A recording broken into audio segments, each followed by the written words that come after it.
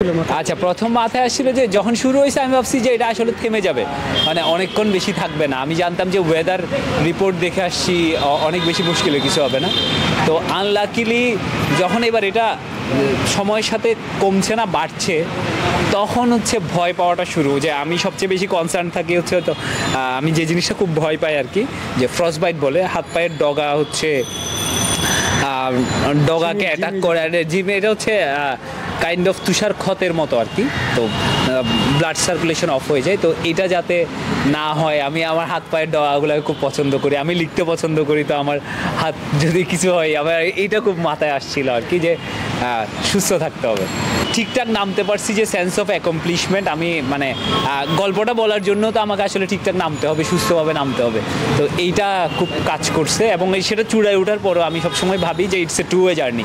আমি one way গেলাম থেকে গেলাম, ইটস নট লাইক দিস, যে আমাকে ফিরতে হবে, ঠিকঠাক ফিরতে হবে। হ্যাঁ, আমার ক্ষেত্রে যে আমি খুব কাম ছিলাম আর কি, যে আসছি এসে আমার ফার্স্ট ইয়ে ছিল যে আমার খুব খিদা লাগছে, আমার ডাল ভাত খাওয়ার খুব শখ হয়েছে।